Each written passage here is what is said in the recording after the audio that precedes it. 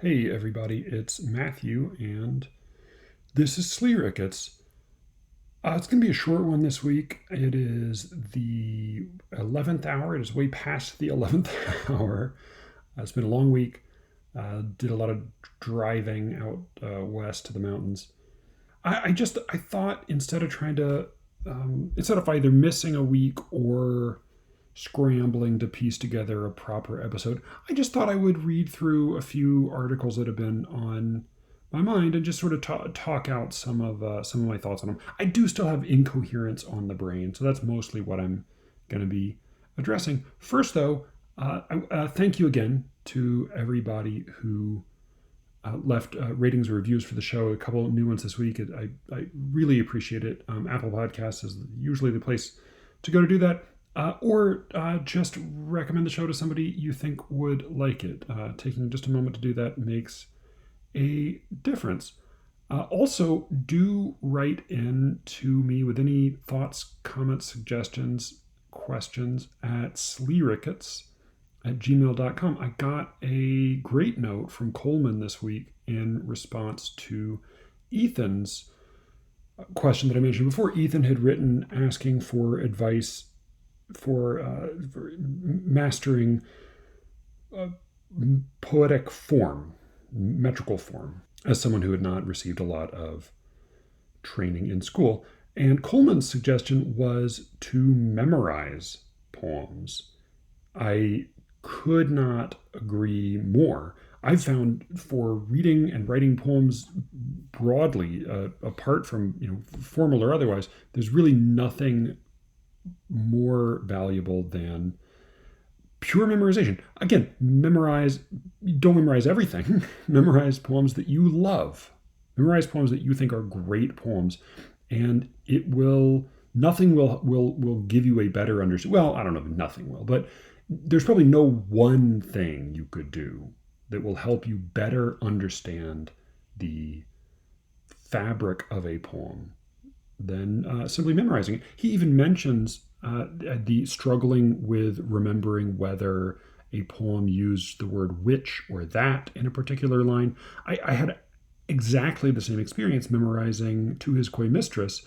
And I think a lot of the whiches and that's in that poem are pretty arbitrary. That is, there's not really a good specific reason that Marvell is choosing one or the other, but just having to think back and remember and to ask yourself why it is the way it is would just give you a far more intimate understanding of how a poem gets put together than just about anything else. So I wholeheartedly endorse Coleman's recommendation. He offers a caveat. I'm just going to read from his email here.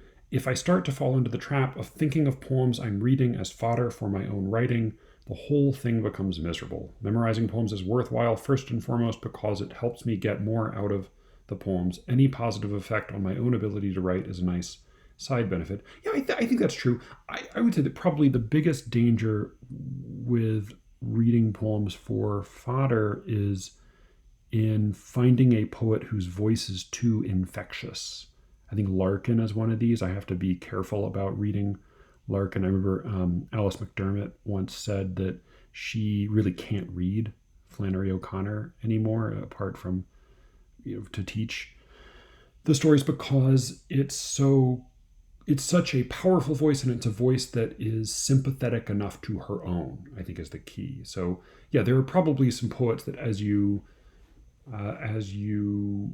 more you write, the more you will get to sense that they may be great influences and great models, but maybe you need to spend some time away from them. Generally speaking, though, absolutely memorize poems.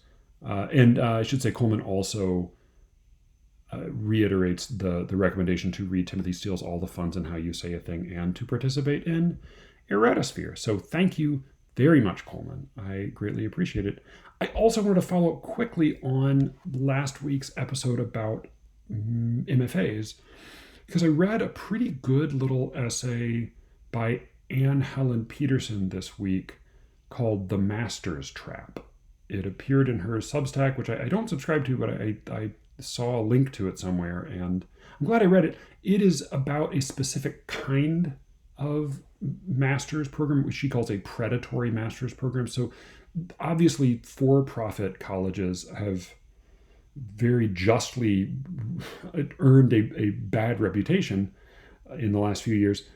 Her point is that there are plenty of nonprofit colleges that do pretty close to the same thing as some of the more infamous. There's some nonprofit colleges that do pretty much the same thing as the more infamous for-profit colleges.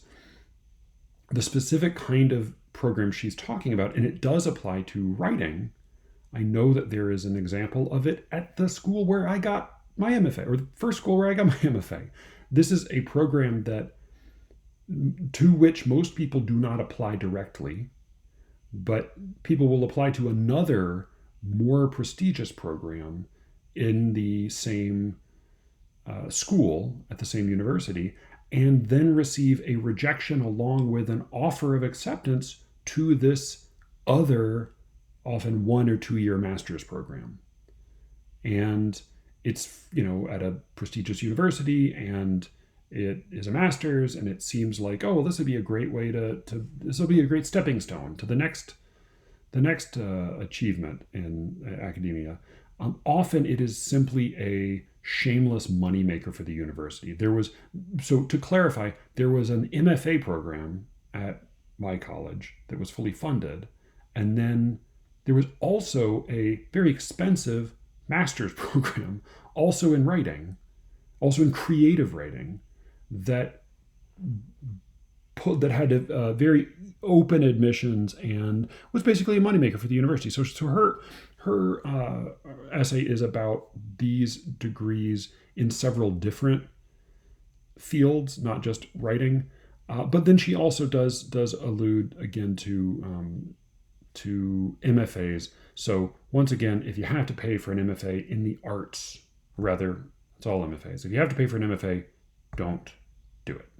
I will put a link to the article in the show notes because I think it's worth reading. Incidentally, probably going to be real stripped down show notes this week because I'm slapping this all together at the last fucking minute. So I read a few little sort of silly articles that all seem to address the same question. So I am still really wrestling with this problem of coherence and incoherence in poetry, and I do think there's a thing there that is more than just taste, that is more than just as an Eiserian degree of patience. What all three of these articles had in common was an explanation of incoherence in poetry that was fundamentally self-serving. That is, serving the person speaking about it, which in one case was the poet, but there's a little distinction I want to offer. So I'll start with the dumbest of the three. This is Paul Legault's article, How John Ashbery Thinks, Reading the Collages of a Great Poet. This appeared in LitHub. Unsurprisingly, LitHub, boy, just relentlessly silly and dizzyingly hyper-specific topics for articles.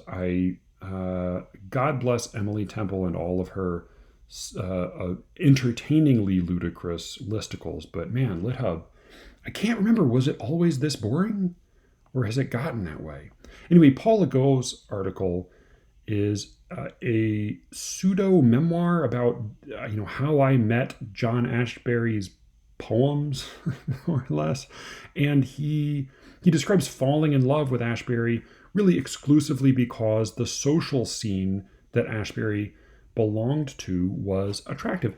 That's understandable. Of course, one gets that, especially as a college kid. But his comprehension of Ashbery's poetry, his attraction to it, his appreciation for it seems truly never to have gone beyond that undergraduate desire for inclusion. So the occasion for Legault's article, if you can call it an article or essay, is the new availability of some original John Ashbery collages which are mostly sort of drab landscape paintings with popular early 20th century cartoon characters pasted over them more or less at random. They are not good. I mean, collage can be an interesting medium. A lot of video editing is collage. Music videos are basically all collage. Matisse is collage. The Wasteland is a sort of poetic collage. There's a lot of potential to collage.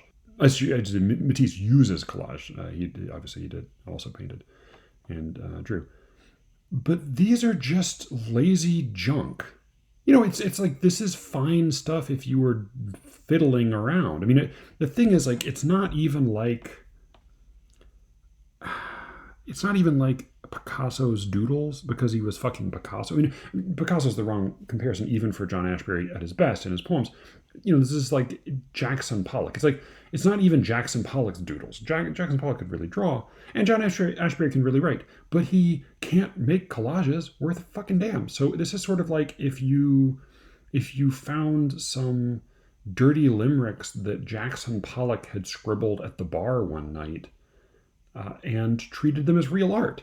They might be an interesting keepsake, but they're probably not going to be any fucking good as poetry. Though they would, unlike these fucking collages, they would have the advantage of at least being dirty, which provides some interest. This is just the dumbest of dumb, lazy, boring cartoon shit I've ever seen. There's a picture of Napoleon, I think, with a smiling dog in boots pasted over it. I mean, it is like the lowest level of hard copy memes sans hilarious caption. I mean, this is truly stupid shit. But Legault is enraptured. Here, this is he says, take Popeye Steps Out for Joe Brainerd, for instance. This is the name of the busiest and most confusing of the dumb nonsense collages. Here's Legault again. I don't know why this is for his friend Joe, who died of AIDS-induced pneumonia in 1994, even though Ashbery made this collage in 2016. Of course, there's Joe Brainerd's Nancy book, full of his own pop updates of another classic comic. But anyhow, isn't everything we do for our friends? I guess you could say it speaks the same language they made together. Like how the New York School of Poetry was just some friends. Like how Donald Allen edited John Ashbery, Kenneth Koch, Frank O'Hara, Barbara Guest, and James Schuyler together in his New American Poetry anthology. He called them friends. They were. In the same anthology, Amiri Baraka, formerly known as Leroy Jones, writes, "My poetry is whatever I think I am. I can be anything I can be. And I can be anything I can. Maybe everyone can be what they think." What the fuck is he talking about? This is gibberish. Here's how he goes on in this cutesy faux dialogue. All caps, nobody, blank. Me, why do poets make collage? I guess the same reason they make poetry. Is it possible to read an Ashbery poem now and have it be about me? Is that the test of a perfect pop song? Jesus fucking Christ, this is absurd. I mean, this guy had a perfectly understandable 18-year-old fantasy about being friends with some famous poets, and it's like he truly never even woke up from that daydream. I mean, this is absolutely preposterous. And then the article after ending on an excerpt, after ending on a poem called Evenness and Double Runs, which is just some jumbled gobbledygook. I mean, it's not even like a sparkling, sizzling, tidy little quirky John Ashbery delight. It's just some stuff. So he ends on just some stuff. Bees max out at 33 miles per hour. I've driven faster but never flown. How to continue after all this loss? Is that a question a poem can answer? Fuel dropped into water. I guess, honestly, the way this is formatted, I can't even tell how much of this is poem and how much of this is Paul Legault having a fucking stroke on LitHub Live. And then, after all of this absolute bullshit, we get an advertisement for, any guesses? Platform is a new company for discovering and buying art online. It's an advertisement for the people auctioning off the originals of Ashbery's shitty fucking collages. This is the only way this could get more infuriating is if you read Paul Legault's biography, which lists his many, many books that he's published. What appears to be the case, though, is that apart from worshiping John Ashbery and fronting for faceless internet corporations, Paul Legault's career mostly consists of responding to major works of literature by writing sequels that absolutely nobody asked for. He wrote The Emily Dickinson Reader, an English to English translation of the complete poems of Emily Dickinson, because Emily Dickinson is so opaque, because she's so indirect, because she doesn't cut to the core, because she's not memorable enough. I mean, for fuck's sake, like what justification could you possibly have for translating of all poets Emily Dickinson? Jesus Christ, translate Hart Crane if you're going to translate somebody. Self-Portrait in a Convex Mirror 2. Self-Portrait in a Convex Mirror is a great poem, and it's a good collection, and nobody needed Paul Legault to write Self-Portrait in a Convex Mirror 2, as well as Lunch Poems 2. In answer to poor old Frank O'Hara's famous book. And then, oh God, thankfully he didn't at least write all of this, but he also, this is the last line of his bio, he also co-edited the Sonnets, translating and rewriting Shakespeare. Why? I mean, if you want to rewrite or revise or translate or update a particular poem because you were moved to do so, great, wonderful, do it. But what is this project? This is ridiculous. John McWhorter's a pretty smart guy. Brief tangent, but on a podcast a while ago, he announced that it was high time that all of Shakespeare's plays be translated into modern English. And his point was that Shakespeare's English is a little distant. It's a little hard to access for many of us. It's a little less immediate for us than modern English dialogue would be, which, fine, fair enough, okay. That he's really fucking good is, maybe beside the point. But more importantly, they should all be translated into modern English. By whom? I mean, this is this ridiculous idea that like there should be some, I don't know, a branch of the government dedicated to updating Shakespeare's plays. I mean, the sonnets. Why? Let people write fucking poems that individually matter to them. Here, all right, if you're publishing poems, I mentioned last week Eliot's advice that we should write less, and I do think publish less is really the truer imperative. If you are publishing poems, you should at least think that the poems you are publishing are really good. If you are publishing a poem and you yourself think, that's not great, but I can get it published, then don't publish it. Please stop. If Paul Legault had followed that advice, he would not have published, I think, a word. But my point about his absolutely maddening and utterly harebrained article is that for him, incoherence in Ashbery's dumbass collages, as well as in his very, certainly not dumb, highly accomplished, highly controlled, extremely impressive, if not exactly my cup of fucking tea, poetry, his response to incoherence in both of these media is an excited willingness to insert his own interpretation. He sees the incoherence as an opening, because really it's all about friendship, right? Really it's all about connection. It's all about being part of the group. It's all about belonging.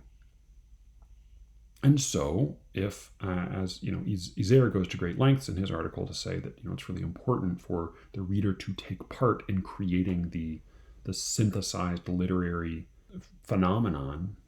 And I think people like Legault take incoherence as a kind of an open door to say, oh, great, there's plenty of room for me to join in and belong to something. which is understandable, especially in a teenage college student, but is not a very good account of poetry. And I don't think it particularly leads to good poetry, good criticism, or, if I'm being honest, even good friendship. So, enough of that. Utter hogwash. The next article I wanted to quickly talk about was one by celebrated critic and daffy nincompoop Eliza Gabbard. Eliza Gabbard is the poetry columnist for New York Times. She wrote a column called "For Three Poets Who Embrace Excess, the Mess is the Message." I just read this recently, but it was published about a year ago. The Legault one came out, I think, like this week. Yeah, or no, like a couple weeks ago. So back to Gabbard. Gabbard writes sort of a column that's kind of a series of mini reviews of 3 new books of poetry. And she starts off by talking about how a lot of the new galleys that she's receiving as a famed critic, who's, by the way, a terrible taste. But here she talks mostly, or she talks to start out with. She talks about how big all of the new books she's receiving are. They take up a lot more space on her shelf. And she goes on to say, many of these recent books are also in one way or another messy, unruly, sloppy, mixing prose and verse and other media, images and doodles. And she gives a few examples, and then she cites an earlier form of poetry that's, thank God, gone out of style. Even when making use of form, these books are informal, full of intentional errors. They're sometimes tacky or offensive, or, in the words of Gary Sullivan's Flarf Manifesto, which described the deliberately bad genre of flarf that emerged in the early 2000s, wrong, un-PC, out of control, not okay. Flarf is not really worth looking up, but it was a brief fad that coincided, I think, with the initial rise to fame of a very non-flarfy Kenneth Goldsmith. Very bad, but very non-flarfy conceptual poet Kenneth Goldsmith. The flarf was a genre of, as she says, deliberately bad poetry. A lot of it was put together by semi-randomly compiling Google language from Google search results. So that was flarf. It really, I never saw a flarf poem that stuck in my memory at all. Really, I wrote a thing about flarf a little while ago, and I just trying to find poems to look up. It's so drearily stupid and bland and empty. But these books are not, for the most part, she says that one of them has a flarfy quality. These are not, for the most part, flarfy books. I'll say I have not read the 3 books she reviews, and I really don't even want to comment on them as books. They all sound interesting in some ways, maybe a little self-indulgent in others. They're all very long, and as she says, very messy. By far the most interesting review, and probably the most interesting book, if I'm being, well, just based on my own experience, is Joelle McSweeney's Toxicon and Arachne. I've not read this one. I wrote a long thing about McSweeney a while ago and read a lot of her work for that. It's very much not to my taste, but it is, and she publishes way too much. Way too much. But she takes the work absolutely seriously, without any question. And it is usually, even if it's not fun to read or it's not what I would like to read, it is at least interesting. And not interesting just because it's chaotic. So she talks about Sweeney's faux typos. She says the one of McSweeney's tricks is the faux typo, the little mistake that is so much more apparent in a poem than it would be in prose, since our attention to individual words is heightened. This is something Kevin Young also has been doing for quite a while, in I think most memorably in Jelly Roll. She goes on to say, these typos are like chips in the wallpaper of controlled reality. They remind me of a psycholinguistic study that showed people could still read a text when the letters in each word were out of order. like this, as one science writer illustrated. And then she has an interestingly jumbled sentence that reads, though it is not spelled this way, the only important thing is that the first and last letter are in the right place. Her interpretation of this odd study is it suggests that order correctness is fake. What? That's your conclusion?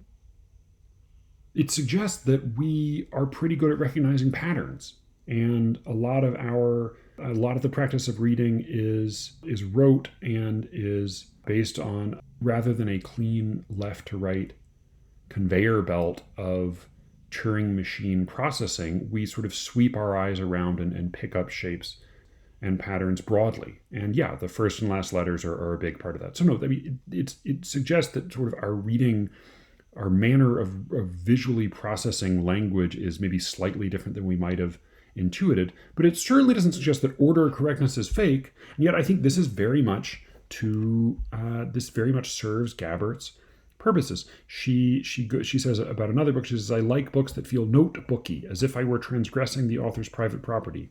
She says that in another book, the poet has translated another person's Korean speech into English, but not into self-consciously artful poetry, as if to say, I cannot speak for him. So here, Choi admits to being a compulsive translator, but some things cannot be translated or even spoken. The scribbles stand in for the unspeakable. These long, unruly books do not try to conceal their excess, or perhaps they say our rage and grief are not an excess. It's excess as a corrective.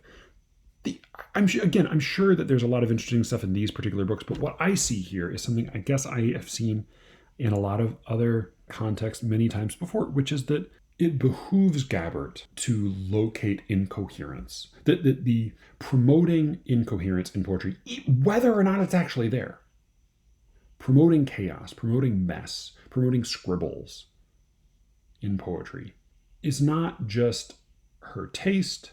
It's not just a response to a fad.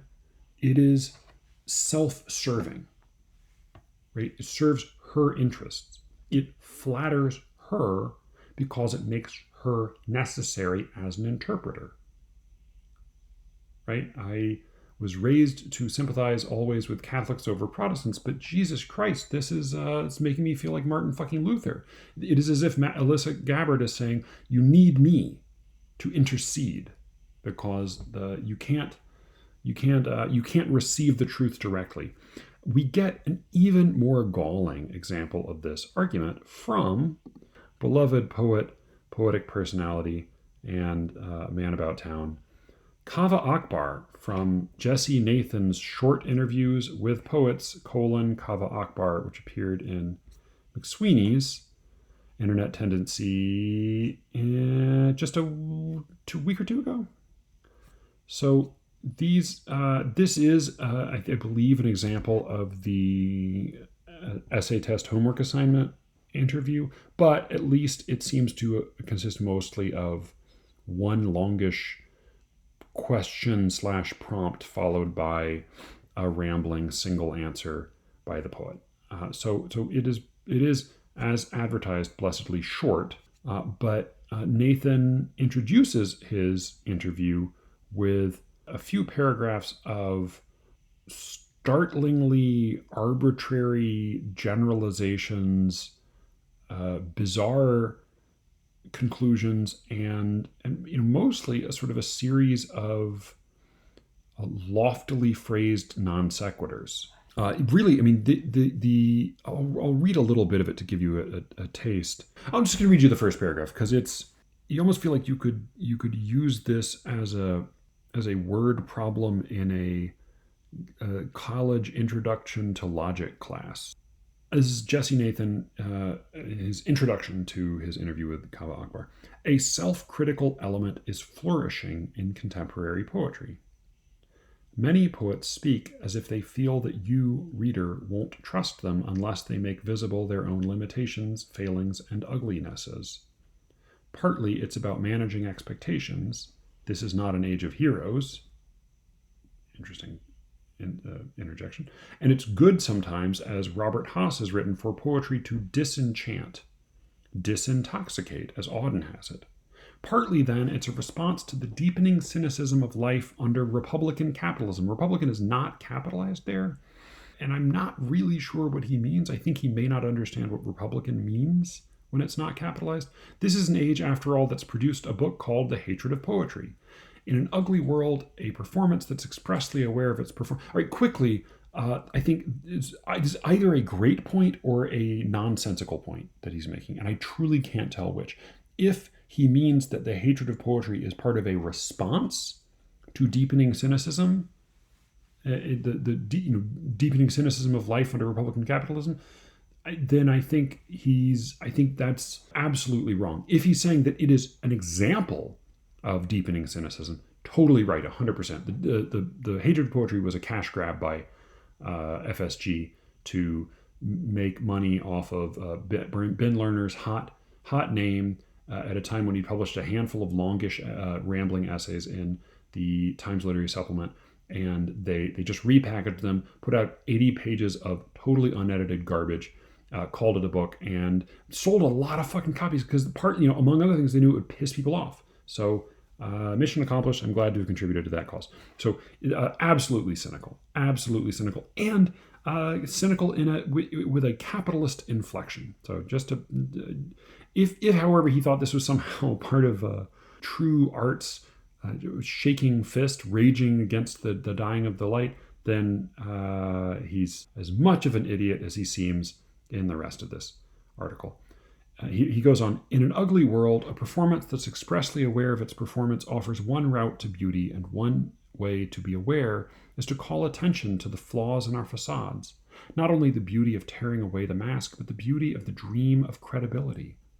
To hew this way is always political, but it's also mystical only once in a while. And it's at this crossroads where the mystical and the political cross that Kaveh Akbar writes. Now, you may have had the same experience I had. It's possible that all that made perfect sense to you, but my experience was that he sort of meandered through a vaguely coherent argument about self-criticism in poetry, and then around the prepositional phrase, in an ugly world, it's as if Nathan dashed off the first half of this paragraph and then handed it over to a freshman comp class with instructions to piece together the rest of it, exquisite corpse style, one sentence at a time, adding maybe the stipulation that the last sentence contain the words Kaveh Akbar. It is absolute critical filler. I mean, this has the level of intellectual substance and cogency of an artist statement at an MFA thesis show. It is not only the beauty of tearing away the mask, but the beauty of the dream of credibility. To hew this way is always political, but it's also mystical only once in a while. I mean, Jesus. And it's at this crossroads where the mystical and the political cross, the Kaveh Akbar writes. So Jesse Nathan is merely incompetent as a writer. I think he does say a few more hilariously poorly phrased things. And I also think he doesn't know what the word epithet means based on how he uses it. In many of the poems, there's a period at the end of each line, regardless of syntax. Akbar has decoupled punctuation and syntax. He celebrates this as, I think I will give Nathan a pass, not because it's okay to write shitty criticism, but because I think he genuinely has no agenda. Also, mystique. He does not know what mystique means. I think he has no agenda, though. I just think he's desperately, sweatily fumbling his way through this job at McSweeney's and trying not to get fired. So I wish him all the best. Godspeed, Jesse Nathan. Maybe just switch to a different beat. So the question that he offers Akbar, to which Akbar responds, is one about how and whether poems can help us to live better lives. Akbar's response is at times as incoherent as Nathan's prompt, but it is way cleverer, savvier, and more, by my lights, more insidious. So here's how he begins. Poetry is a spiritual technology. Given the meagerness of my instruments for apprehending existence, my body compromised by its mortality, my language compromised by its relentlessly violent history, poetry, as a technology, has seemed to get me a bit closer than anything else. Barely. The way standing on a roof trying to grab the moon gets one a bit closer than standing on the floor. So he makes a point here about his own limitations, and by extension, all of our, the limitations all of us have to deal with it when it comes to understanding the truth, like looking out at the universe, perceiving reality, grappling with existence. And he says, man, we don't, it's hard. We don't have much to go with. He uses throughout his response and in some of his poems, I would say opportunistically vague relationship to religion, whereby some of the power of relative humility, of communal meaning, of tradition, of powerful symbol, of special jargon. He takes advantage of these things, but it's always left very non-specific, and one gets the idea that if one tried to nail down any actual practice or belief, it would be pretty hard to, because I think really it's just sort of a religious flavor that Akbar seems interested in. But here he says he speaks in somewhat religious terms about the limitations of the mortal mind, and then he says poetry as a technology, spiritual thing. But God, that just rubs me the wrong way. But that's fine. That's fine. He says poetry seemed to get me a little closer than anything else, and then he belittles even his poetry by saying it's as close, it's much closer to the moon as you would get by standing on the roof rather than the floor. Which, if your goal really is to grab the moon, of course, it's not that it gets you a little closer; it gets you no closer to grabbing the moon.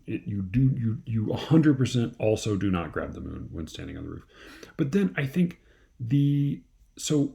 Nathan has spoken of Akbar's poetry in the loftiest Vedic terms as almost a direct line to divine wisdom. Akbar's closing sentences on this question, I think, reveal what's behind all of this performative humility.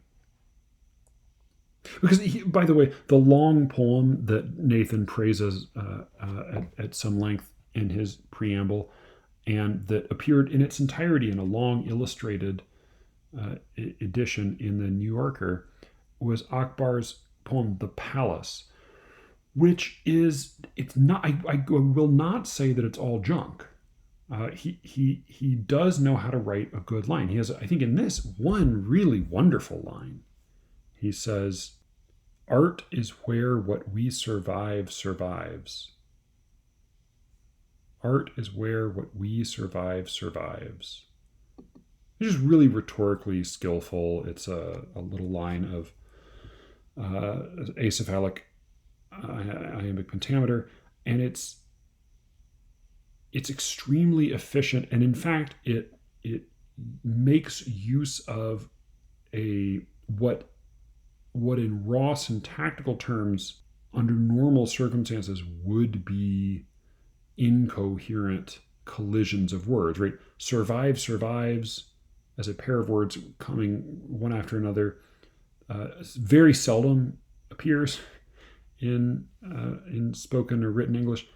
Where, what, likewise. But he manages to piece all of these together in a way that conveys not just a clear denotation, but actually maybe something somewhat insightful and true, I think, about art. Art is where what we survive survives. I think that's a great line.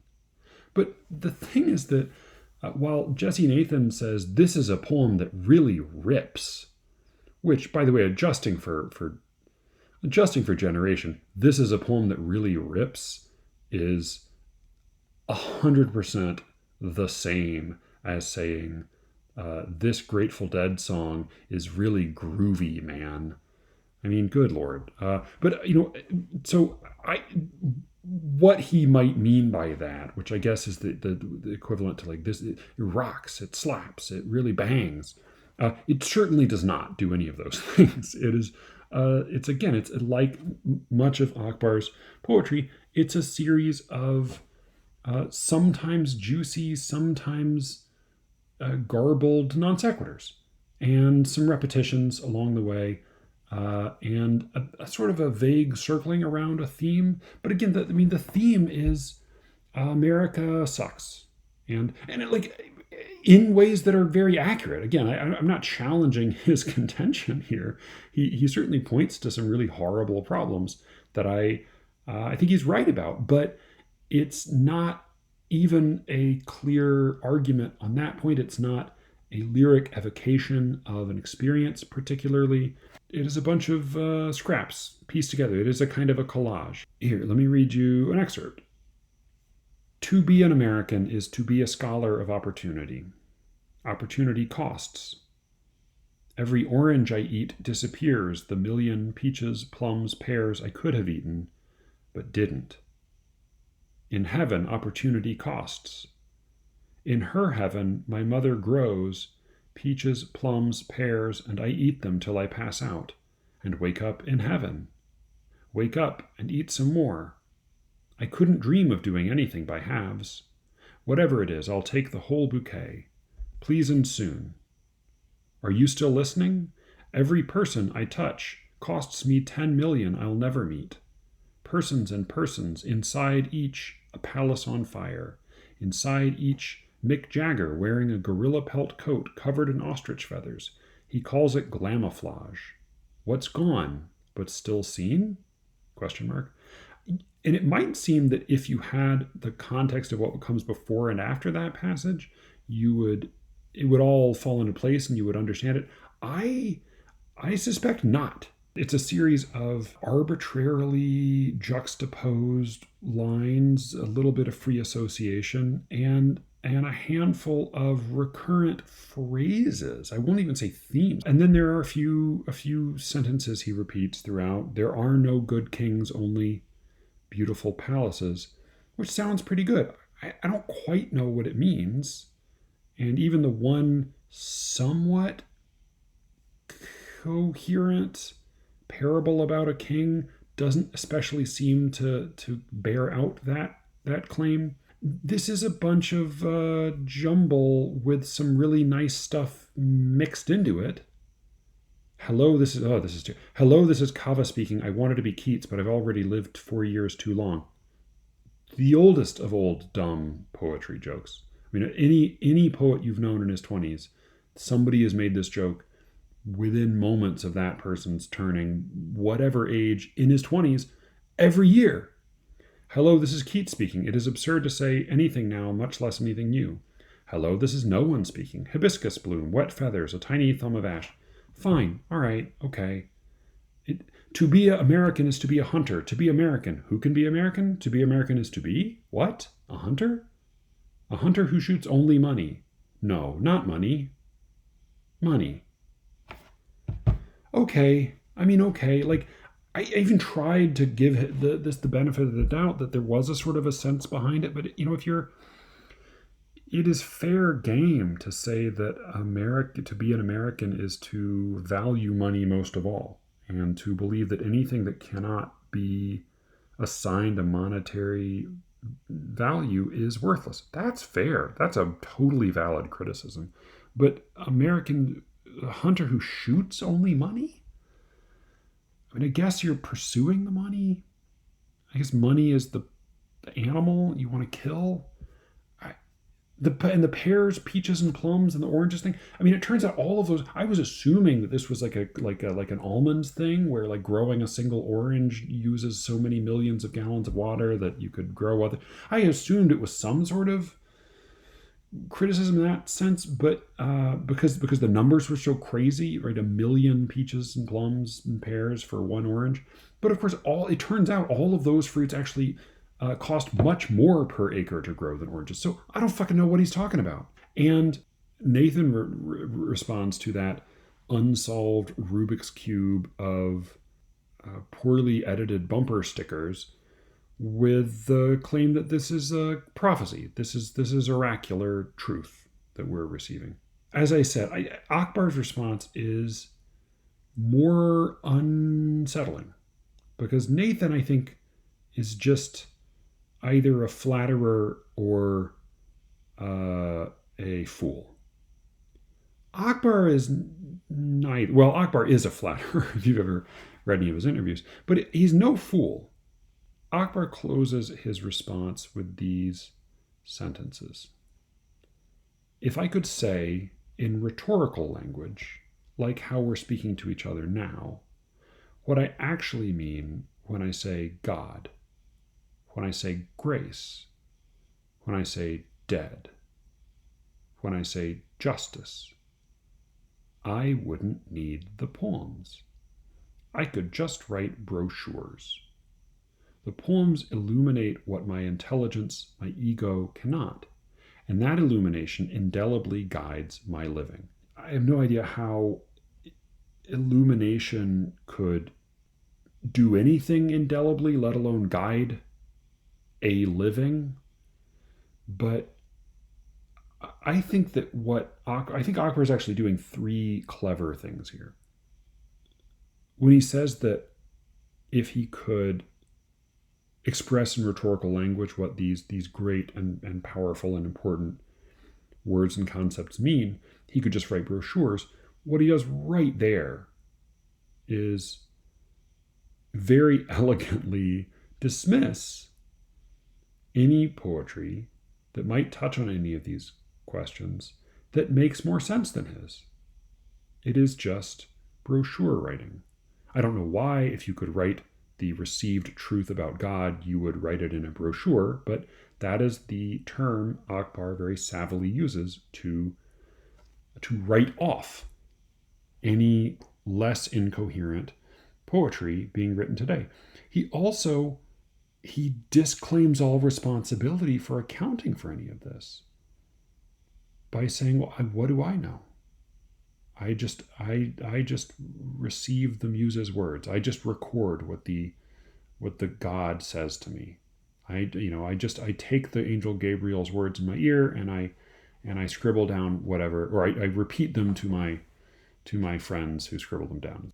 He's saying, I'm not coming up with this stuff. I don't know. What can I say?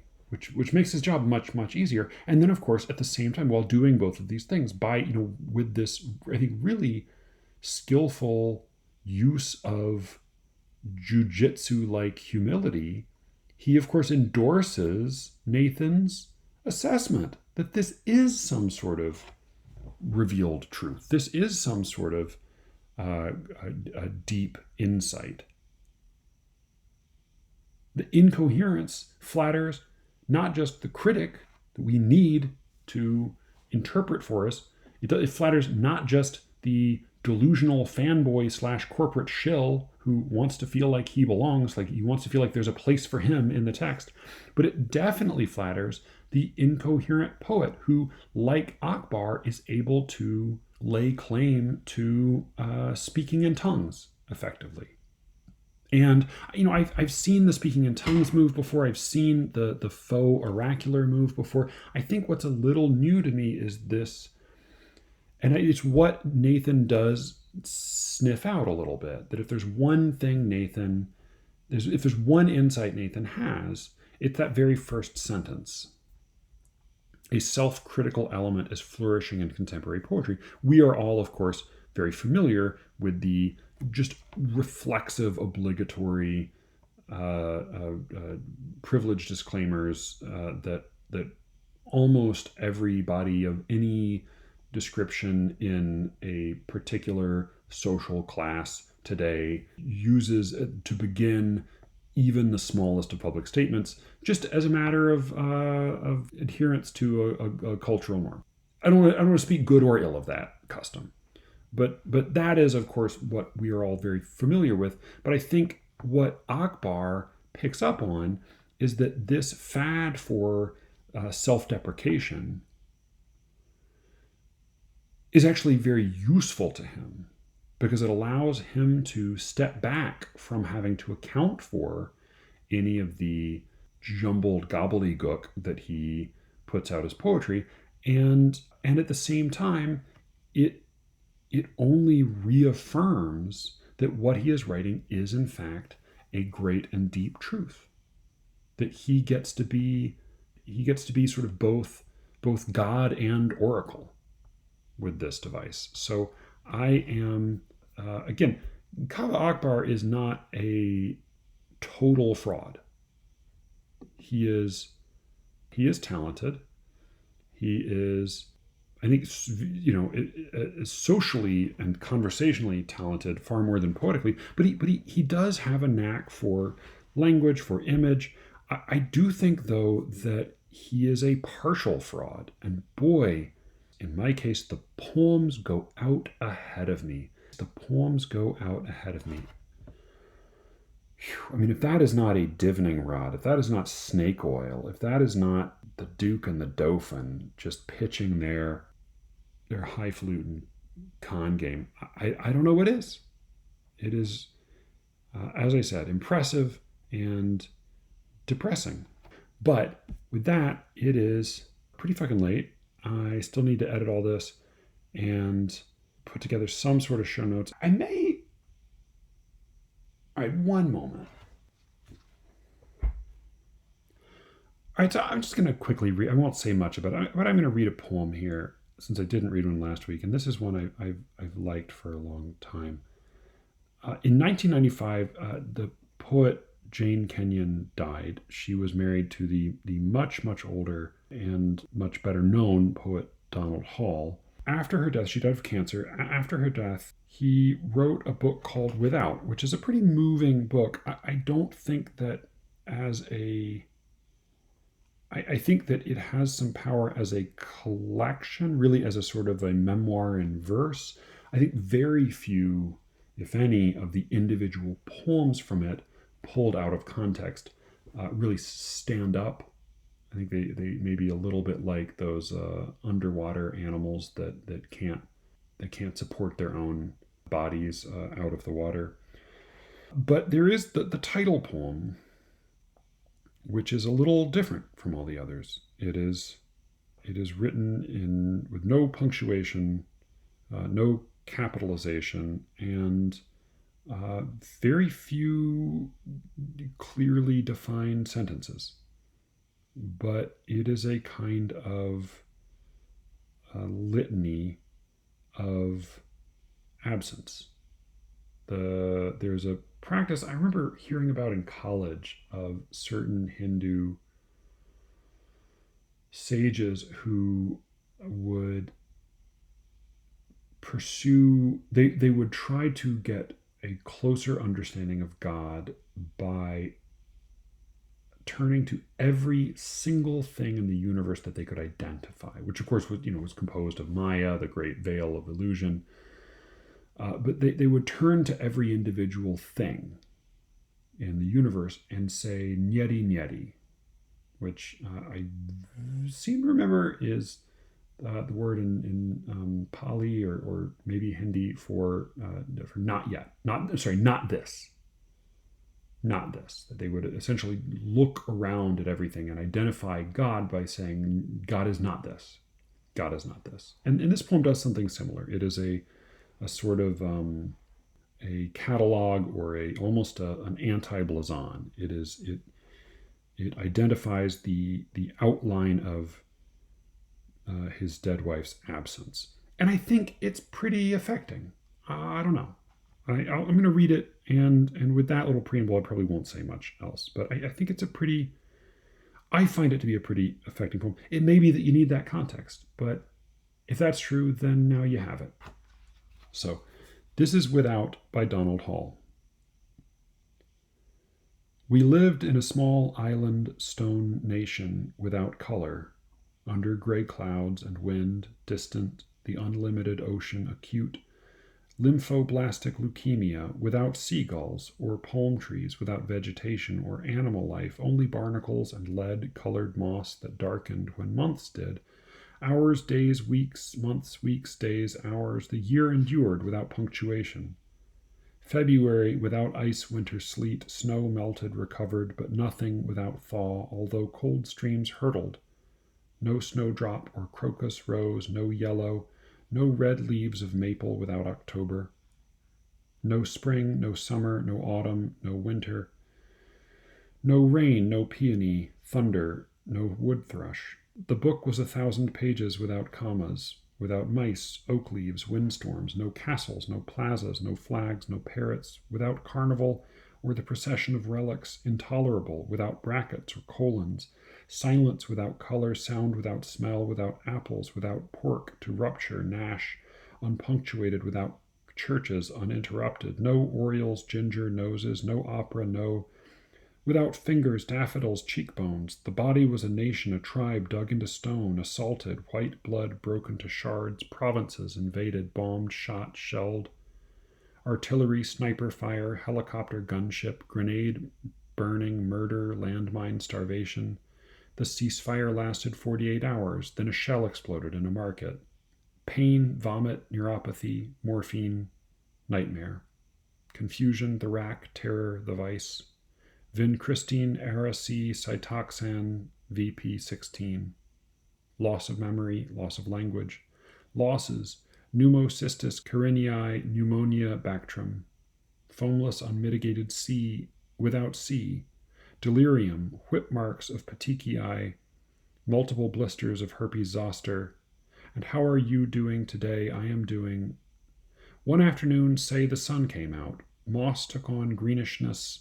Leaves fell. The market opened. A loaf of bread, a sparrow, a bony dog wandered back, sniffing a lath. It might be possible to take up a pencil. Unwritten stanzas taken up and touched. Beautiful, terrible sentences unuttered.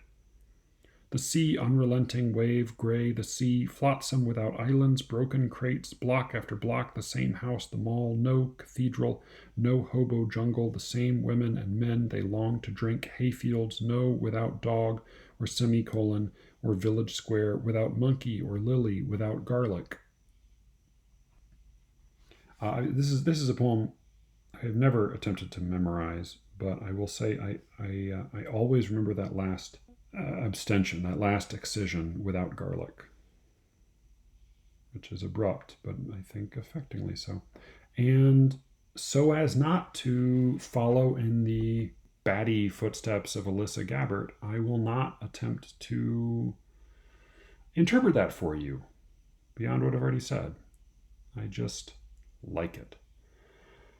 That was Without by Donald Hall, and this is SLEERICKETS. Thank you so much for listening. You can, as always, reach me at SLEERICKETS@gmail.com.